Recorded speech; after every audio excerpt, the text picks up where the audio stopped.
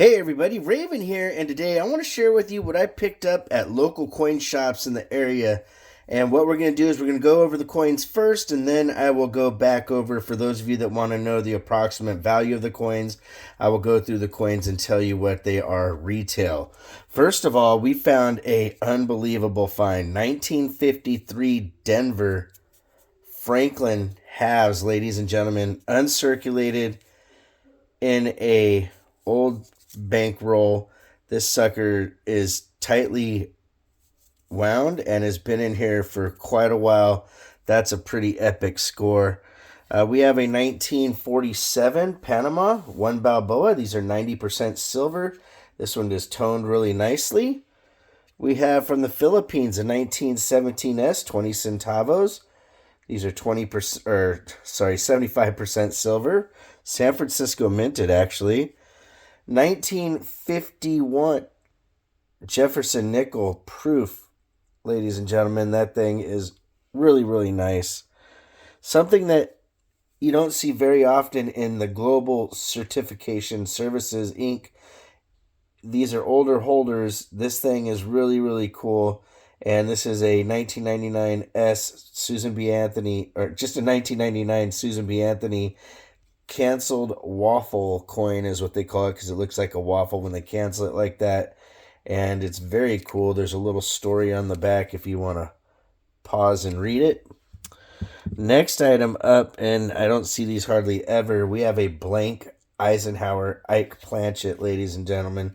That thing is pretty darn cool.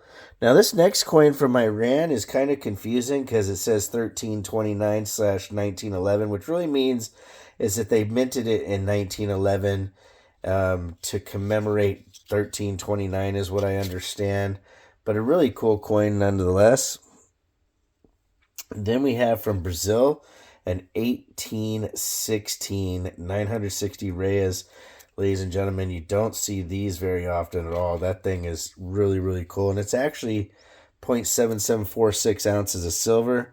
Next up, we have from 1867, double die averse shield nickel. Ladies and gentlemen, this sucker is in unbelievable condition and just beautiful. I've had a really nice run with shield nickels as of late. This next one has die cracks and a little bit of lamination issue going on up in the corner there. I know this camera doesn't pick up the kind of details, but I'll bring it in there, and you can tell by looking at the lettering up there that that is pretty darn cool. The die crack coming off right there, just really, really neat. Next item up, we have another 68 that also has die cracks, and just a very phenomenally cool coin. I really like shield nickels. It's hard to find them in really good condition. This 1869, we don't have anything crazy going on, but it's in really nice condition as well. Next up, we have the 1882, and this is double die averse. This thing is super double dyed in the motto. I mean, very, very cool. You can see how thick the lettering is there, and it's in epically nice condition as well. Then we have an 1883 V-nickel with a lamination error that you can see right here by the stars. And sorry for my ugly thumbnail. I should have clipped my nails before I started, but 1883, no cents. So this had been the ones that they used for the infamous racketeer nickel. We have an 1878 Carson City Morgan silver dollar. It's probably like an F12 to 15.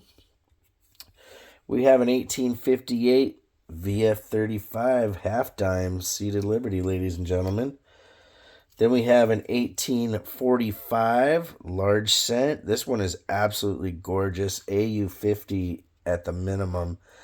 My guy tends to undergrade a little, and I agree with his grading because you want to under promise and over deliver. So this next one is an 1850.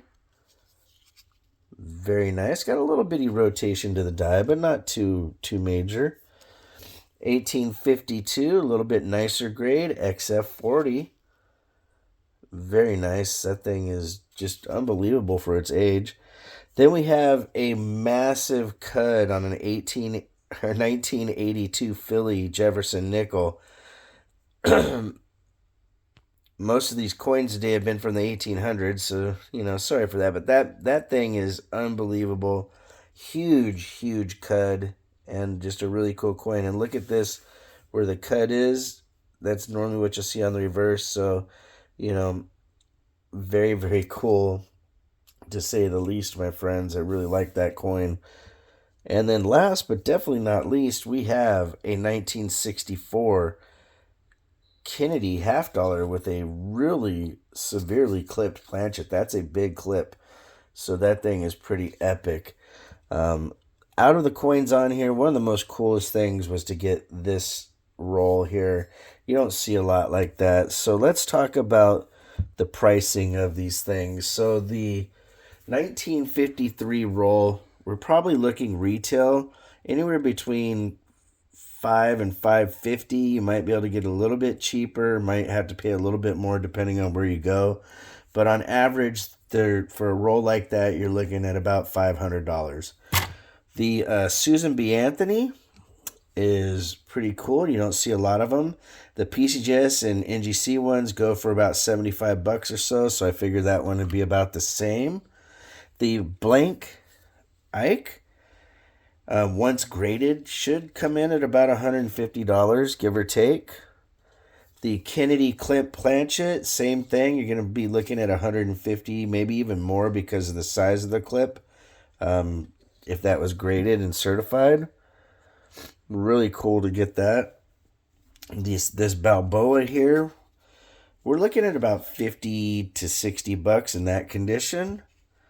The Philippines coin, not really that expensive, probably $5 to $10 depending on the dealer. The Jefferson nickel, you're looking probably about $45 or so raw. The Iranian coin is worth about $20 in this condition.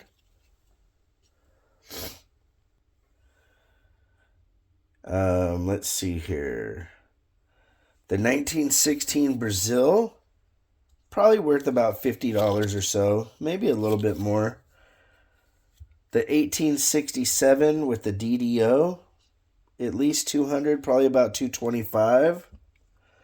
The 1868 with the die cracks and lamination stuff going on. They're looking... Oh, you know what? I wrote this one down wrong. Give me just a sec. Okay, this one, you're probably looking at about $160, give or take. It's got some die cracks, some cuds, and some lamination errors going on. This 1868 here with just the die cracks, $150 because of its condition, plus the coolness to it. The 1869, we're looking at probably about $100 retail in its condition. There's nothing super special, no errors or nothing on it. The 1882 double die obverse, and I mean that thing has got really cool doubling. Very nice coin, good condition. Probably close to $175 to $225. Really depends on what grade it would get and what dealer you tried to buy it from.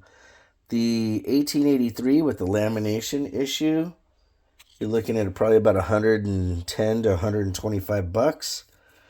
The 1858 half dime, you're probably looking at about $45 to $50. This large cent here, looking at about $140 to $150 retail. This one here, you're looking at about, let's see, $55, $60. Same thing with the 1852. And then the 1982 with the massive cud and air going on there. That one is really kind of hard to price because, a lot of cuds are more like about that size, and this thing takes up a massive amount of space, as well as you're missing a good amount of lettering going on the reverse. At minimum, I'd say $150. It could be as high as $200 or so. All right, ladies and gentlemen, like always, if you want to correspond, it's RavenHawkCoins@gmail.com. Our P.O. Box is 721 296, Norman, Oklahoma 73070. Like always, please make sure to take care of one another, and we'll see you real soon. RavenHawk Coins, have a great day.